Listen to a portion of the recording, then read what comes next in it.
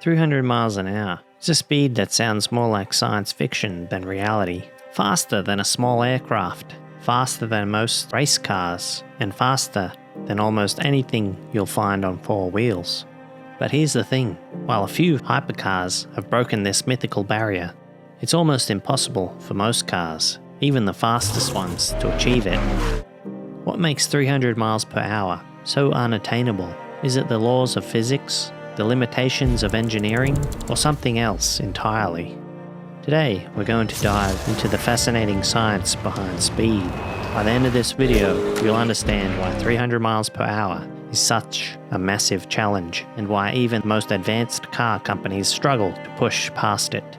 To understand why 300 miles per hour is such a big deal, we need to start with the basics of physics. When a car is moving, it's not just cruising down the road, it's battling a combination of forces. The first and most obvious is air resistance, or drag. At low speeds, drag is manageable, but as speed increases, drag doesn't just double or triple, it grows exponentially. Here's an example.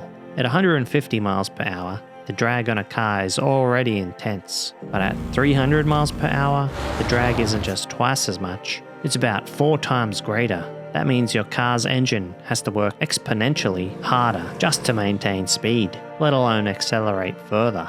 Now let's talk about power. The amount of horsepower needed to reach 300 miles per hour is mind-boggling.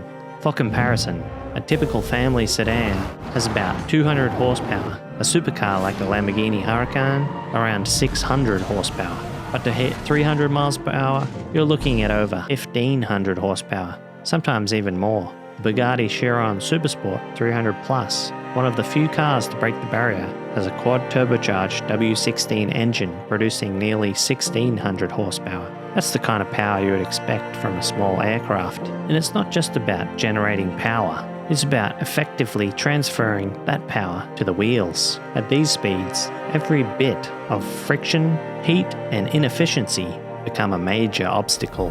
But even if you have a powerful engine, it's not enough. Aerodynamics plays a critical role. At 300 miles per hour, your car isn't just cutting through air, it's punching through it like a wall. The shape of the car has to be carefully designed to reduce drag and maintain stability. This is where we see innovations like active aero, movable parts of a car that adjust to optimize airflow at high speeds. But even with the most advanced aerodynamics, there's a limit to how much drag can be reduced. And then there's downforce, the opposite of lift. At 300 miles per hour, you need to keep the car glued to the road. Without enough downforce, the car could literally lift off the ground like an airplane. But too much downforce creates additional drag, which slows you down. It's a constant balancing act. Tires, the unsung heroes. Let's not forget one of the most underrated parts of the car, the tires. At 300 miles per hour, tires are under enormous stress. They're spinning faster than any commercial tire was designed to handle, generating massive amounts of heat and pressure. To give you an idea, the tires on a car like the Bugatti Chiron are specifically designed to withstand speeds of over 300 miles per hour. They're reinforced with high-strength materials and rigorous testing under extreme conditions. But even with these advancements, the margin for error is razor thin. A small flaw in the tire, or even a tiny piece of debris on the road, could cause catastrophic failure at these speeds. Then there's the real-world challenges. Most cars that approach 300 miles per hour don't do it on a normal road. They need special testing tracks or long stretches of desert roads. These environments are carefully controlled to minimize risks like debris, wind, or uneven surfaces. But even in perfect conditions, maintaining control at such high speeds is incredibly difficult. The slightest twitch of the steering wheel can cause the car to veer off course. And let's not forget about braking. Slowing down from 300 miles per hour generates an immense amount of heat, which can strain even the most advanced braking systems. Here's the ironic part. Even though 300 miles per hour is an incredible achievement, it's not the end goal for some car manufacturers. Hypercar makers like Koenigsegg, Bugatti, and Hennessy are constantly pushing the limits, aiming for 310, 320, or even higher speeds. But each additional mile per hour becomes exponentially harder and more expensive to achieve.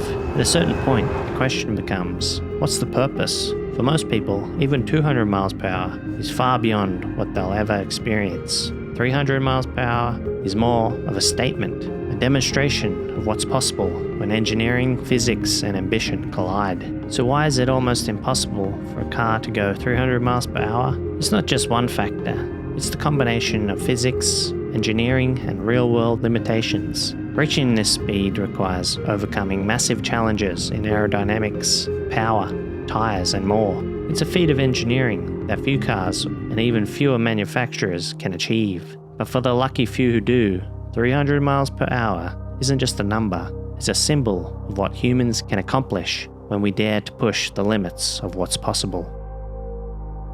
Reaching 300 miles per hour isn't just about speed, it's also about safety. At these velocities, every part of the car is under extreme stress. Even the smallest failure can have catastrophic consequences. Tyres, for example, face incredible forces at such speeds. At 300 miles per hour, the centrifugal force on the rubber can cause it to deform or even disintegrate if it isn't built to exacting standards. To counter this, hypercar manufacturers use specially designed tyres made with advanced materials like carbon fibre and Kevlar reinforcements. These tyres are tested to withstand pressures and temperatures far beyond what you'd find on a track or highway.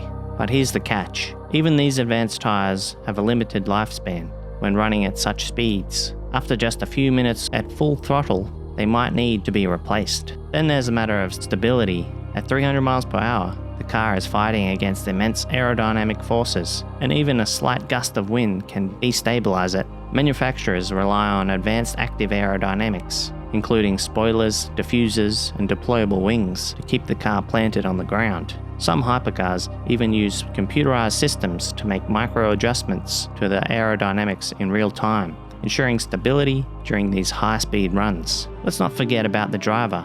Pushing a car to 300 miles per hour isn't just a test of engineering, it's a test of human endurance and skill. Drivers face intense G-forces during acceleration, and maintaining focus at those speeds requires nerves of steel. Even a momentary lapse of concentration could spell disaster. To prepare, drivers undergo rigorous training, often in simulators, to replicate the experience of driving at extreme speeds. They need to develop the ability to anticipate how the car will behave, adjust their reactions to split-second changes, and remain calm under pressure. It's not just about steering and braking, it's about managing the psychological toll of pushing a machine to its absolute limits. Moreover, safety equipment plays a crucial role in protecting drivers. High-speed cars are equipped with state-of-the-art roll cages, reinforced cockpits, and fire suppression systems. Drivers wear specialized suits, helmets, and harnesses designed to withstand high impacts. But despite all these precautions, the risk is always present, which is why breaking the 300 mile/hour barrier is not attempted lightly.